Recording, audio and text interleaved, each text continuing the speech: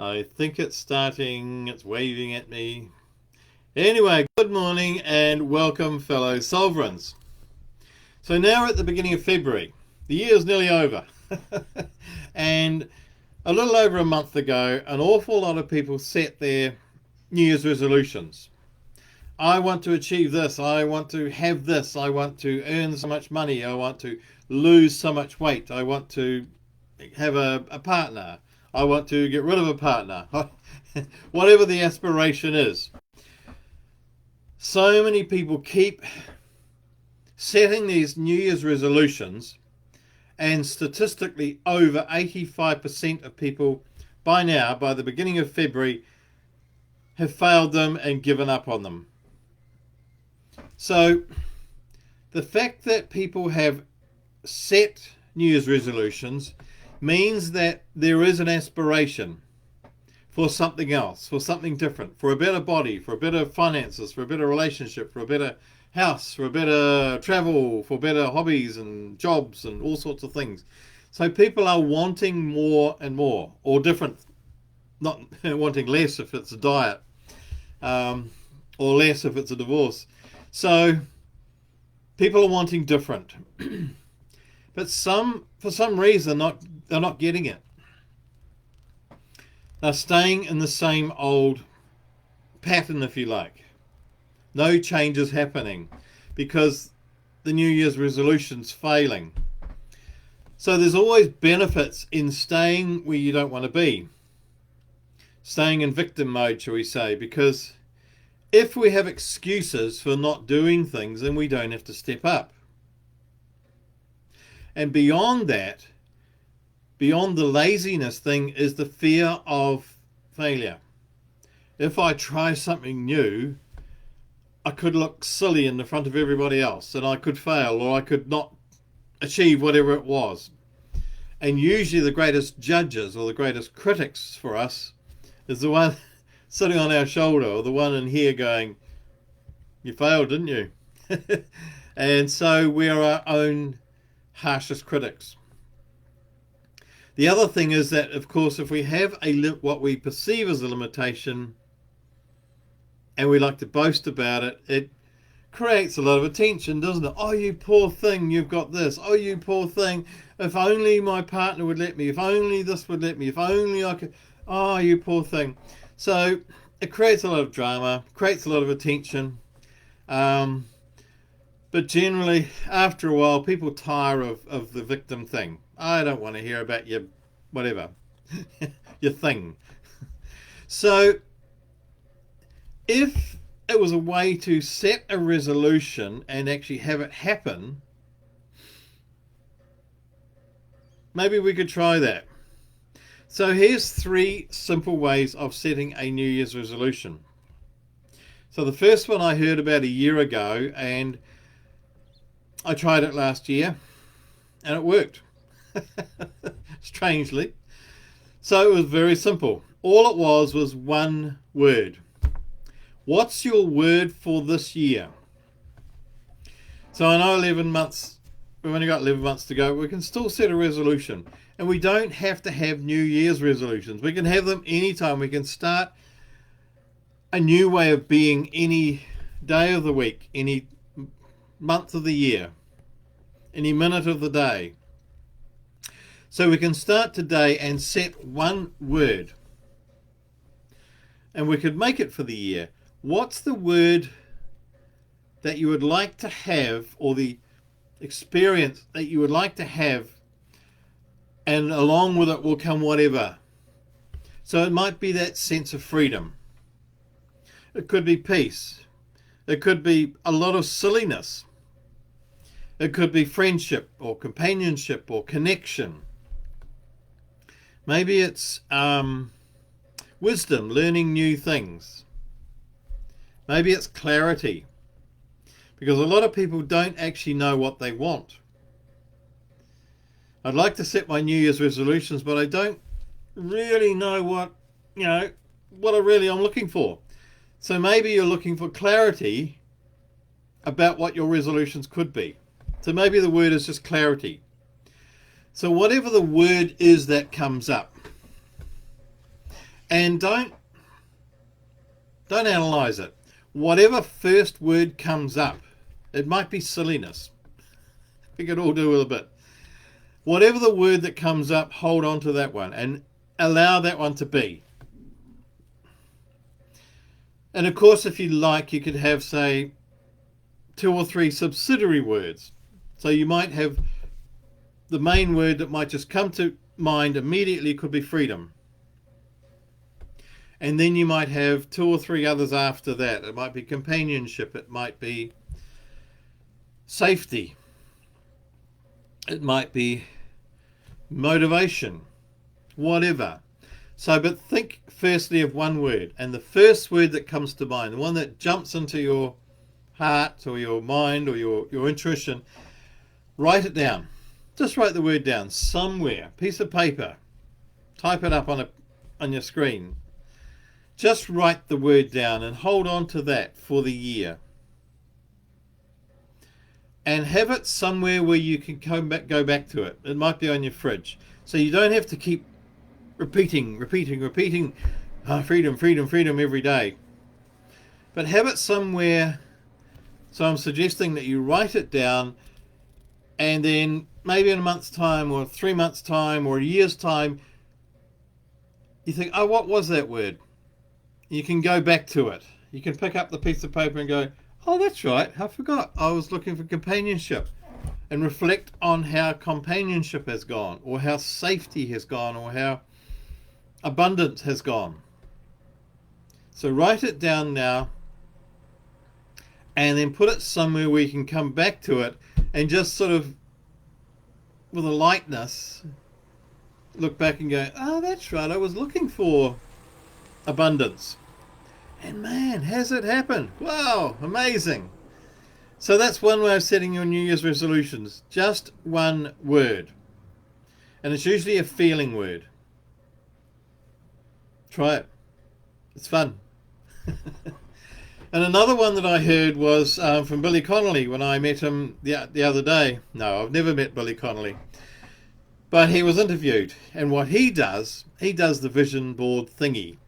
But his is a very simple one. And so what he does is gets a piece of card, a bit like a business card. Oops, wrong way. And this is mine. It's rather frayed because I've had it for several years. And so you get a piece of card. So this was told to Billy by somebody else, a successful person who he respected. And you write 3 things down. There's no timeline. There's not, I want it by. And there's not any numbers on it. It's simply, I would like to have this. And so on this piece of card, because it's small, you write 3 short statements because that's all it will fit. So I've written my 3 statements there, and I did it 2 years ago, I think. And so that's been in my wallet. And 2 of them have happened. My first one was a financially successful writer.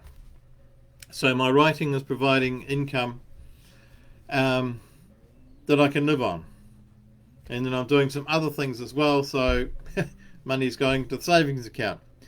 So that's the second one I had was the second one hasn't happened. We're working on that. I'm working towards it. The third one was an amazing, supportive love partner, and I have that, an amazing person. The third one was pain-free and fit and flexible. Well, I'm not pain-free, but the knees that particularly the right knee has no cartilage and has arthritis, and it's been sore for, I don't know, 15 years. It has limited me in the past, but I've actually finally reached out to a naturopath and a chiropractor and a physiotherapist and getting all sorts of help from these people, and also doing a lot of stuff myself, and so the pain is less. and I'm much more flexible. I can do more stuff. I am fitter. I am more flexible. There is less pain, but it's not totally gone. So we're on the way, and I'm happy with that. So you can make up your own 3-phrase aspiration. And the idea is, because it's small, as I said, your aspiration is very small. Or sorry, each sentence is small. And so they can be in totally different areas. One might be finance, one might be health, one might be relationships, as I've done. One might be about your house or your location. One might be about hobbies. One might be about some sort of travel. You'd like to go a certain place or somewhere. So write those 3 things down and and as Billy's advice, which was the advice to him, is because it's nice and small, you can put it in your wallet and it's with you all the time. And whenever you're getting stuff out of your wallet, oh, there it is. There it is. So you don't have to keep looking at it, and keeping it in mind. But just every now and then it's like, oh yeah, oh, there it is. That's right. That's right. Just a reminder. You don't have to be sort of focused on it. You can let it go. And every now and then it will pop up. You'll see it in your wallet. And you remind yourself, oh, there it is. That's right. Yes. And, mine certainly reminded me to go to physiotherapists, to go to sort of health people, and to do stuff about my situation. So it's quite a gentle reminder. So that's number 2. The third one, my amazingly supportive love partner gave me another one the other day. And so this is, rather than saying I am going to lose weight, or I am committing to making $100,000 this year, or I am making a target of doing this, another way of saying the same thing is asking a question. Excuse me. The question is, how can I